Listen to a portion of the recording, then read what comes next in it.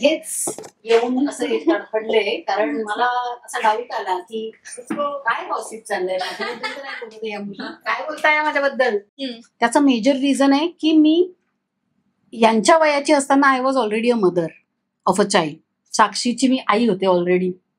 त्यामुळे मला 18व्या-19व्या वर्षापासून हे माहिती होतं की मी जे काय कमवते ते मला वाचवून ठेवायचं. एवढे सगळं छान असतं ना, जेव्हा असं सीन येतो ना की यार हिला मारायचंय आता किंवा ह्याच्याशी असं काहीतरी मी विचारणार आहे तिला, कारण मगाशी बाहेर तेच झालं. मेघाताई म्हणाली बिचारीला लागले. मी बोलले अगं असं, कारण तो सीनच तसा होता. तिने आता सीन सांगत नाही मी, तो एपिसोड येईल तेव्हा कळेल तो. तिने असं तिला हर्ट केलं होतं आणि ठीक आहे ना, अल्ला ग ती असंच ती बिचारी ते माझ्या बच्चूला मी मारते असं वगैरे करते ती. तो माहिती असून सुद्धा जेव्हा मी बघतो ना एपिसोड, म्हणजे मी जेव्हा बघतो तेव्हा पण त्रास होतो, ग किती त्रास देताय तिला, बट दॅट वर्क्स. हो करेक्ट, दॅट वर्क्स करेक्ट. मग तेव्हा तुझ्या मनात काय येतं का की अरे हिला खूप त्रास होतोय किंवा तू एन्जॉय करते, अरे मारलं हिला असं त्रास होतो. समवेअर त्यातला ऍक्टर बाजूला राहून फ्रेंड जागा होतो माझ्यातलं. हा म्हणजे भाग्या म्हणून आणि आय थिंक तारा म्हणून पण तुझं कॅरेक्टर इट्स नॉट विलनिश. म्हणजे तिला तिचं मत वेगळं आहे, तिचं भैरवीपेक्षा तिचं मत वेगळं आहे, तिला फील होत आहे, पण ती आईमुळे काही करू शकत नाही. तारा नाही बोलू शकत. मे बी घेईल स्टँड हळूहळू. हा घेणार. स्क्रीन प्ले येतोय पुढे पुढे, स्क्रीन प्ले येतोय. जर मेहंदळेंच्या घरी लोक जर बघत असतील, म्हणजे प्रेक्षक जर बघत असतील, तर त्यांना विचारतील की ती कशी मदत करते मला सोहम आणि ताराचं जुळवून द्यायला, तेव्हा तर मला फील व्हायलाच पाहिजे हिच्यासाठी. So maybe let's see. Maybe तू मेहंदळेंच्या घरी जेव्हा येशील आलीस तर, आय मीन ऐका ना जरा थांबा ना, मला इंटरव्ह्यू हा मला पोस्ट करायचा इंटरव्ह्यू. कट मे बी जेव्हा तू मेहंदळेंच्या घरी आलीस, नाही येऊ शकतेस, I don't know, but yes obviously मी म्हणजे सावली ताराला सपोर्ट करते, तेव्हा काय होणार आहे पुढे, काय होणार आहे. येस, ती मजा बघायला मजा येणार आहे. पण आता तू प्लीज स्क्रीन प्ले, पुढचे एपिसोड असं काहीच सांगू नकोस मला झी मराठीकडून येईल लगेच, का तो डिलीट कर पहिला. ठीक आहे, पुढे सरकूया. जेव्हा 12 तास 13 तास शूट असतं, तुम्ही हेल्थची काळजी कशी घेता? कारण मला असं वाटतं आर्टिस्टचं लाईफ थोडंसं वेगळं असं नॉर्मल लाईफपेक्षा.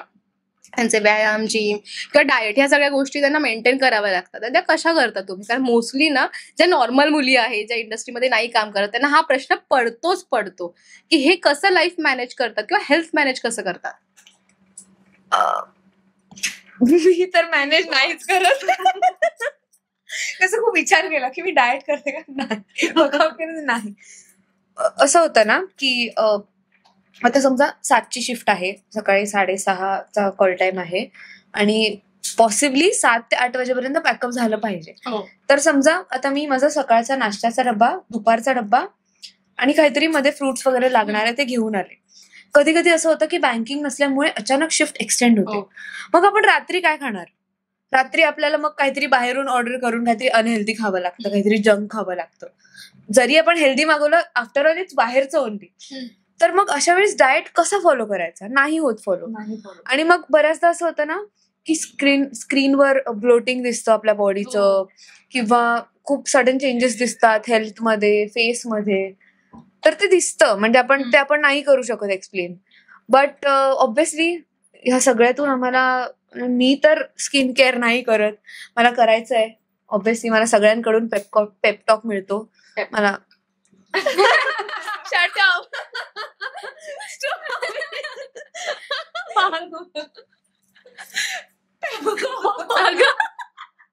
जोक नाहीये, काय हसताय? ठीक आहे. बरं, मेघाताई आलेली आहे. हो मेघाताई. नाही मला तू हा इंटरव्ह्यू नक्की बघ.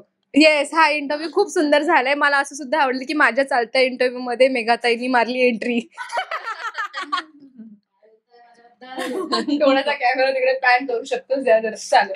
सो मी हेच येऊन असं पडले, कारण मला असा डाऊट आला की काय गॉसिप चाललंय माझ्याबद्दल, नाही बोलत या मुली, काय बोलताय माझ्याबद्दल. रडत होतो ह्यांनी छळते ना मी खूप आता, म्हणजे स्वतःच्या लेकीलाही छळते, सावलीलाही छळते. सो माझा छळवाद चालू असतो दिवसभर. खूप काय बोललोय. मेघाताईंबद्दल इतकं सुंदर माझा पॉडकास्ट झालाय. फक्त मेघाताई. काय तुम्ही लोक आहे, कुछ तो और बोलो. मेघाताई इज अ सुपरस्टार नाव. Baby I am a born superstar. मी डेब्यू सुद्धा ज्या पिक्चर मधनं केलं त्या फिल्मचं नावच सुपरस्टार होतं. वेगळा प्रश्न होता त्यांना. डाएट सगळा होता. ठीक आहे, मी कट्टू दुसरी. या रूम मध्ये डाएट हा एक अतिशय हास्यास्पद विषय आहे. इकडे कोणी डाएट करत नाही. बट स्टील तुमची स्किन एवढी छान असते ना, तुम्ही खूप करत असाल, काहीतरी वेगळी काळजी करत असाल. स्किन केअर वगैरे या सगळ्या गोष्टी खूप वरच्या आहेत. मला असं वाटतं माणूस आतून जसा असतो ना तेच त्याच्या चेहऱ्यावर रिफ्लेक्ट होत. आणि मला असं वाटतं मी, प्राप्ती, भाग्या, आम्ही तिघी जणी आमच्या बोलण्यात म्हणजे वूड नाही, प्लास्टिक आहे, हेट प्लास्टिक. हा, टचवूड आमच्या बोलण्यात, कुणाच्याही बोलण्यात कधीच निगेटिव्हिटी नसते. मला असं वाटायचं आजपर्यंत की मीच खूप अशी पॉझिटिव्ह वगैरे, पण या दोघी मुली तशाच आहेत. ओके.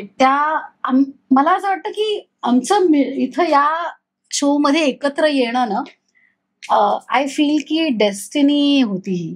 आणि आम्ही काहीतरी मोठा योग जुळून आलाय आणि त्या योगाने आम्ही भेटून आलोय. सो आपण असं म्हणूया ना की जे चांगलं आहे ते चांगल्याला अट्रॅक्ट करतं. माझा या गोष्टीवर खूप विश्वास आहे की जशी तुमची एनर्जी असते तसेच लोक तुमच्याकडे जास्त अट्रॅक्ट होतात. सो आय फील की आमची तिघींची एनर्जी अगदी सेम आहे आणि दॅट्स वाय ती एनर्जी अशी एकमेकांना अट्रॅक्ट करून आम्ही एकत्र आलो.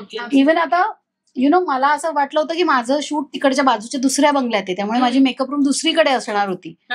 पण आय प्रिफर की मी इथून चालून त्या बंगल्यात माझ्या जाईन आणि तिथं म्हणजे मला वेळ गेला माझा चालण्यात तरी चालेल, पण मी मेकअप इथंच करते कारण प्राप्ती इथं असते, भाग्य इथं असते. आमचं दोघांसाठी ऍक्च्युली आमचं घर दुसरीकडे आहे, पण तरी आम्ही दोघी प्राप्तीसाठी इथं आहोत.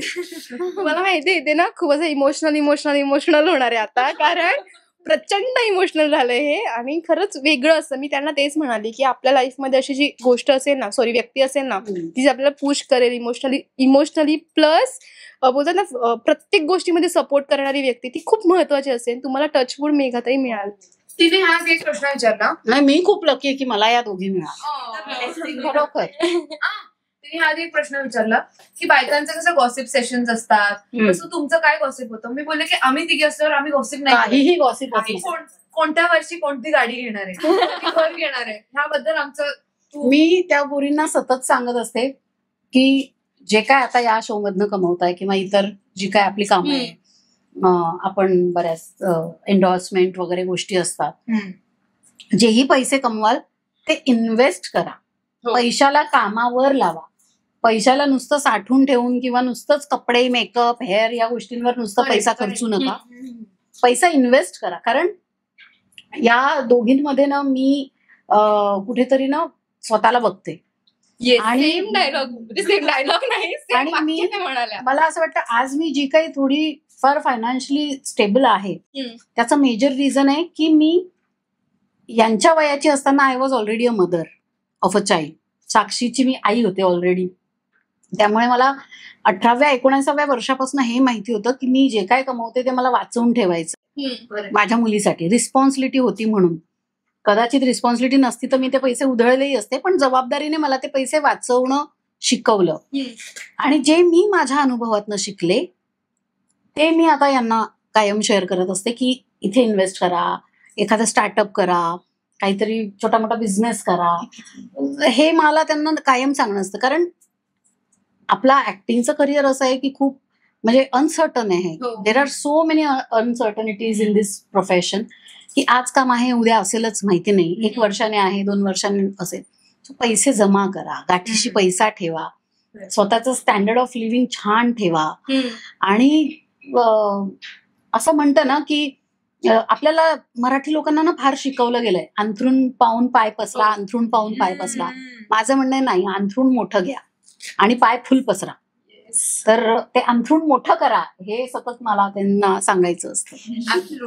चलता फिरता मी त्या दोघींना सांगितलंय नेक्स्ट इयर त्या दोघींची कार नसेल आलेली तर मी बोलणार नाहीये त्यांच्याशी. पुढच्या वर्षी त्या मला, कारण मला ना ती त्यांची धडपड बघवत नाही. मला या दोघी घरी पोहोचेपर्यंत इतकं टेन्शन असतं. आम्ही पण दोघी, मी 2 तास लांब, मी 2 तास लांब असं राहतो. असं खूप लांब राहतात. मला वाटतं मुलींसाठी सेफ्टी हा सगळ्यात महत्वाचा विषय आहे. आपण कितीही मॉडर्न झालो आहोत, दो आय नो की Mumbai is the safest city. इथलं प्रशासन सगळ्यात बेस्ट आहे, पण तरीही आमच्या रात्री 2-2 वाजता पॅकअप होता, 3-3 वाजता पॅकअप होता. आणि मग मी यांना माझ्या घरापर्यंत सोडते, पुढे या दोघी एकट्या जातात. मला सतत तो टेन्शन असतं. मी त्यांना सांगते मला मेसेज टाका पोहोचलात काही. आम्ही जागेच असतो, एकमेकांना कळवत असतो पोहोचेपर्यंत. सो मी त्यांना म्हटलं गाडी घ्या, या वर्षी शिका गाडी, ड्रायव्हिंग क्लासेस घ्या आणि नेक्स्ट इयर गाडी आणा. मला खूप छान वाटतंय की कारण ना स्पेशली मुलगी आणि मुलगा असं मी म्हणत नाही, पण प्रत्येकाच्या लाईफमध्ये अशी एक व्यक्ती असावी जी तुम्हाला भेटलीये. आणि आता तू आमच्यासोबत बोलतेस, यू सेड की तुला गुजबम्स येत आहे, ती पॉझिटिव्हिटी जाते. हो सर हाच फरक पडतो. Yes yes yes. आणि ते दिसतं चेहऱ्यावर. Yes, आणि मग yes. काम छान होतं. खरंच आमच्या रूम मध्ये कुठलंच गॉसिप होत नाही. No gossip, 0 gossip. आम्ही सतत आपल्याला अजून पुढे काय करायचंय, पुढे कसं गेलं पाहिजे, किंवा मग वेकेशन्स आणि ही जागा छान आहे, ती जागा छान आहे, ट्रॅव्हलिंग प्लॅन वगैरे. नुसते प्लॅन जाऊ शकत नाही. डेली सोप करतो आम्ही, जात नाही कुठे, पण प्लॅन बनवतो. पण प्लॅन आम्ही करत असतो. इमॅजिनेशन मध्ये सगळं रेडी असतं, फक्त सत्यात उतरवणं बाकी आता आहे. आमच्या विशलिस्ट मध्ये तर मेघाताईचा जो बंगलो आहे, मँगोज अँड सिशेल्सला मला यांना न्यायचं आहे. कारण मी दरवेळेस जेव्हा जाऊन येते आणि हे फोटो बघतात, व्हिडिओ बघतात, तेव्हा यांची उत्सुकता अशी हे होते. आणि मला माझा बस चालेल ना तर मी यांना आता या क्षणी नाही, पण आम्ही कमिटेड आहोत ना, आमच्या प्रेक्षकांशी कमिटेड आहोत की रोज आम्ही 7 वाजता तुम्हाला दिसणारच दिसणार. आणि ते रोज 7 वाजता दिसण्याकरता आम्हाला सुट्टी नाही घेताय. आणि आमच्या सावलीला तर अजिबातच नाही घेताय. मला आणि भाग्याला तरी थोडीफार सुट्टी मिळते.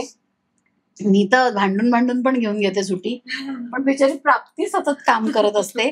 आणि मला वाटतं तीच मेहनत आणि तीच एनर्जी सगळी आज जो सक्सेस आहे आपल्या शोचा, त्यामागे ही मेहनत खूप आहे. मला ऐकायला खूप मजा येते. तुमच्याशी गप्पा मारायला पण खूप मजा वाटणार आहे. अजून गप्पा मारायच्या आहेत. मी नेक्स्ट टाइम येणार पक्का, खूप वेळ घेऊन येईन. आता येस, मी नक्की येईन घरी तुमच्या. आता आपण एक गेम खेळायचा आहे. हा इंटरव्ह्यू संपला की पटकन गेम खेळू. आणि तुम्हाला ऑब्व्हियस ब्रेक आहे आता, मग त्या ब्रेकचा आपण उपयोग करूया. ओके, ब्रेकचा पुरेपूर उपयोग करतोय. मी इंटरव्ह्यू देता देता कोथिंबीर वडी खाते हे तुमच्या लक्षात आलंच असेल. तिकडे सफरचंद ती बिचारी मी डाएट करायचं. आपण नंतरच्या इंटरव्ह्यू मध्ये विचारेल तुला डाएटचा प्रश्न. चालेल. डाएट मधले लोक रोज चॉकलेट खातात, रोज चलेगा. केक खातात, चॉकलेट खातात. भगवान ऐसा डाएट सबको दे. अरे तिची तब्येत छान आहे. येस, चलेगा. ठीक आहे, आपण पुढच्या सेगमेंट कडे जाऊया. Okay, thank you.